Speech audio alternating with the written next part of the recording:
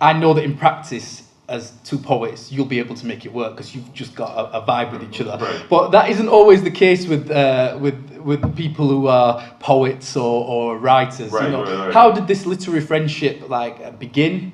Yeah. And how have you been able to manage it professionally and in your private life? Is there any jealousy?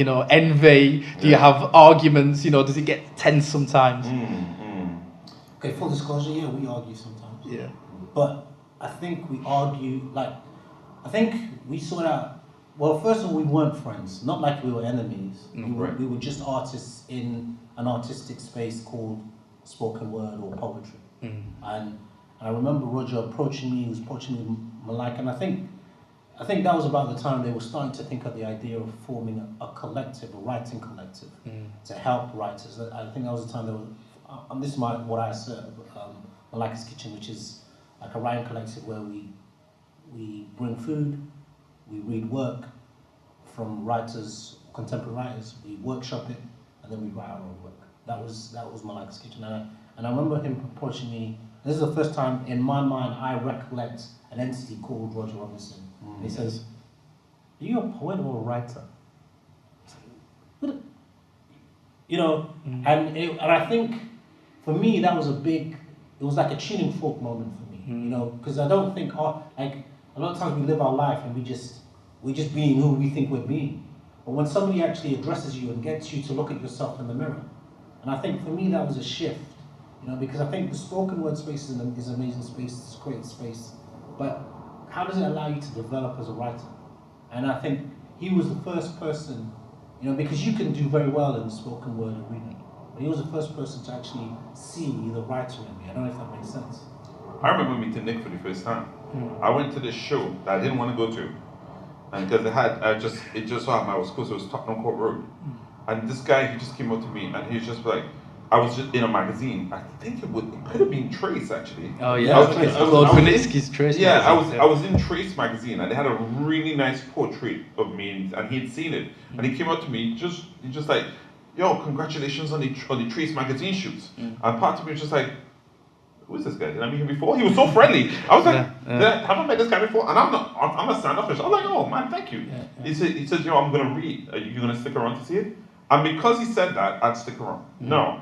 It was an open mic, and it had about 15 people before him coming on, and they were all, I hate to say it, it wasn't that good. Yeah. So I was like, please God, let this guy be good, or else I'm out of here, And he went on. I was like, this boy got some talent, And I remember thinking that, he's quite talented, you know what I'm saying? Because I had seen 15 people who didn't seem to be talented, I was like, wow, okay. I always look out for writers. I was at a stage where I was getting a lot of shows and stuff, so I always look out for other writers. Because in a way, I think I was trying to build a community around me. So I remember him from then, and then we were starting Malika's Kitchen in terms of creating a collective of writers, and I really wanted him to come. He was one of the people I really wanted to come, because I thought he was quite talented. And then I think we hung out for about 7 hours in near Battersea, in some restaurant. We didn't even buy anything. We just sat down in the restaurant for 7 hours talking with somebody else from Boycott, and I was like, oh, it's cool. He's a cool dude. Yeah, but also there was another interaction. So there was those two interactions, and then I think the one that kind of sealed it into a kind of friendship was there was an Apples and Snakes a poetry organization. They were doing a workshop in the summer, and I came and I was thinking, right, I came into the backyard center, and I was like, hey, I'm sorry I'm late for the workshop. And I was the only guy who turned up. He was there reading a book. Yeah. And I was like, all right, well, I'm out. Because I was like, if I'm not going to be the only guy here. No, stay. Yeah. And, I was there, I used to have a tag name, Urban Spirit, as a poet. Yeah. And I was showing him all my stuff that, all that I thought was really good. He said, look, forget that rubbish. I did not say that, but they've implied that. But no, he just sat there and says, look, tell me about you. And I found it strange. And we started talking, and he found out that I was Ugandan and everything like that. And I think recently my cousin had died of sickle cell, a bad transfusion in Kenya. And he got me to write about it, and I was in tears. and I think that, I don't know what happened there, but something in that interaction, I think that's when our friendship probably started. I had already been on my mentorship journey in terms of mentoring people, where I could quickly see people who trying to avoid the truth. You know what I'm saying? And some of the stuff he was showing me was completely in avoiding the truth. This is many years ago. This more than 15 years ago. It was avoiding the truth. So my point was, okay, let's get to some truth and see how you react to that. You know what I'm saying? Because he had a way with the line. He still has a way with the line. That's one thing I always notice with him. He has a way with the line, has a way with phrasing, has a way with syntax, has a way with putting words together. It's just like, okay, how are we going to put some truth into that? And as soon as he did it, from that very time, one of those points from that workshop went into your first. Yeah. It went into his first book. One point from that workshop. You know. Yeah, that one went in. Yeah. And that's interesting. You know. So. And has it been a two-way stream of knowledge between mentor and mentee? You know, you're kind of you're on a level now, and you're both well-established poets. Yes. But have you learned a lot from Nick? Oh yeah. For everything I taught him about poetry, he taught me about, how can I say, kind of being confident in the world. Not that I was super not confident, but there were certain things I wasn't confident about. How to I think Nick taught me how to do taxes properly. Like, it's really weird, like really weird things. Like, he came to come to my house, I'll show you how to do your taxes properly. Yeah? And so they were like real practical things, but also like lots of people don't know, like Nick is like a philosopher. So if it is that there's something not going right, but he's like a business philosopher too. So if it is that you'd be like, yo, this don't seem to be happening. He says, are you doing this, and this? No. He said, do those things. You know what I'm saying? It's like, so he filled in a lot of gaps that I have. I didn't know I'm dyslexic, but I didn't know I was dyslexic, but things just didn't seem to make sense to me, you know? And then he would say like, it's clearly like this. An example. I was in a Bangkok King by the Sun. Okay. Very loud band, and we're having problems in the shows where we can't get the levels of the loud noise right with the vocals. I say, Nick, we have a real problem in the festivals getting the vocals and things right. He says, why don't you hire out a venue, get the required amount of speakers, do it in a venue with no people, sort out the levels there, and then take that to the festival.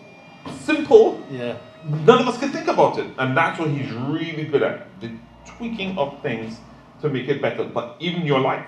Right. So quite big. He's good with big picture stuff. He's good with very complex things and making them quite simple and actionable. Right. So it's like if you have you can have a crisis of spirit, a crisis of work, a crisis of economics, a crisis of what you call it. You know what I'm saying? Yeah. And he would be like, all you need to do is this. And then you do it, and like it works. And like I can actually say about Nick is that he says this to me sometimes when I say, man, I ain't doing that, because I'm quite resistant. I was like, man, I ain't doing that. He says, have I ever stated you wrong in your entire life? Not once. Not once. Where he's ever stated me wrong. I ain't trying to gas you up on it like that. You know what I'm saying? But it's just, and so in between exchanging, where he's really good, I was really weak, and where I was really good, he wasn't really weak, but he was weaker than me. And so that exchange has been a big part of our relationship, and still now. Yeah, I think there's a visible and invisible part to, because it's not everyone you work with is your friend. Sure. And that took a long time for me to understand. My wife was really good at helping me figure that out. Right. And so I had to determine because the literary world is a friend. It's outwardly a friendly space. And it's a casual. It's a casual space as well. So everyone's wearing home clothes. Yeah. I'm like, wait a minute. Are we at home or so you can blur the lines? Yeah. So I had to, and the thing is, so I had to. The other thing is that, most people when if I say to somebody I'm a poet, what they hear in their head is, you don't really work. Right?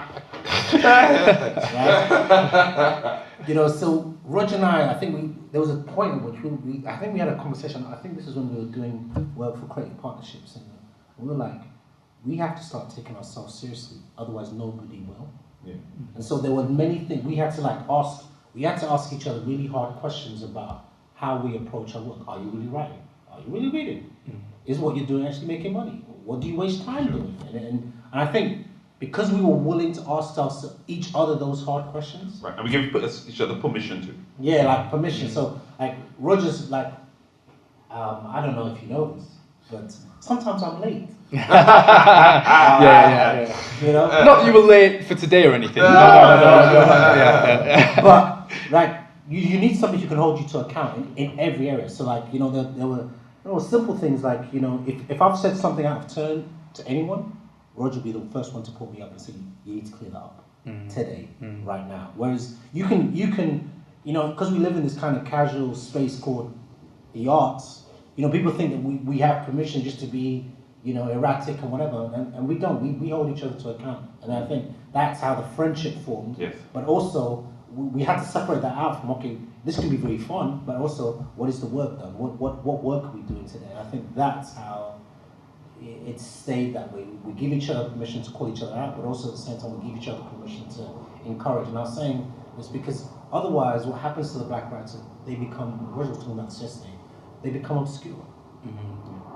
You know, there are many writers who, whether we like to admit or not, who are probably better than Roger and I, who haven't been able to stay the course. Not because they weren't good, but they didn't have the creative support, or the creative attack, or the creative stamina. Or even two heads just thinking about the issue. Yeah. Thinking about the problem. Yeah. Sometimes you have two heads thinking about one problem for one of us. You find the thing, and it's really interesting. So I'm working on my new and selected book, and Nick is helping me thinking about the book. He's not helping me think about the writing. He thinks about how it exists in the world as a physical book. You know what I'm saying? And having that person to bounce things off, it's just community. It's just, you know, somebody to we speak most days, you know. I remember Chuck D from Public Enemy saying he thinks it's really sad that they're on hip-hop crews anymore. Yeah. And he said he looks at people like Jay-Z and Kanye West who are losing their minds. Yes. It's because they have no one to pull them up. I agree. You know, and he says there needs to be more of a collective identity in hip-hop again. But how do you think young people can go about trying to, in a way that isn't cynical, try to foster those kind of relationships and friendships? Because it's not always easy, especially when you think you're from a community where there aren't poets, or you can't do poetry, and you feel like you're a bit of an anomaly. Yeah. How do you connect? I think you have to have a kind of genuine kinship and orientation towards similar things. Like Nick and I, we are different, but there's similar things we want for our families, there's similar things we want for ourselves, we have similar goals, and we're similarly committed to helping each other's relationship. There's a bunch of crews I see forming, but I'm not sure if they committed to each other that way, or if they just think there's more viability in a group and they become more famous. You know, I could be wrong. You know, but you have to be like, okay, it's a long haul thing, and to make that decision with a long, it's like, I hate to say it's like a marriage. You know, like to commit to someone on a long haul thing is a hard commitment. I only have a few long haul friends. I can't say I have more than 4. Right. You know, and everybody else is a friend, but not a long haul friend. You know, they may drop out, they may come in, you know what I'm saying? But as they say, there might be reasons we hang out, but we ain't gonna be there every season. So I have about 4 friends who, like, I know when my child is old, you know, that they will be around, and you know, I'll be in 60s, 70s, and we'll still be friends. And Nick is one of those.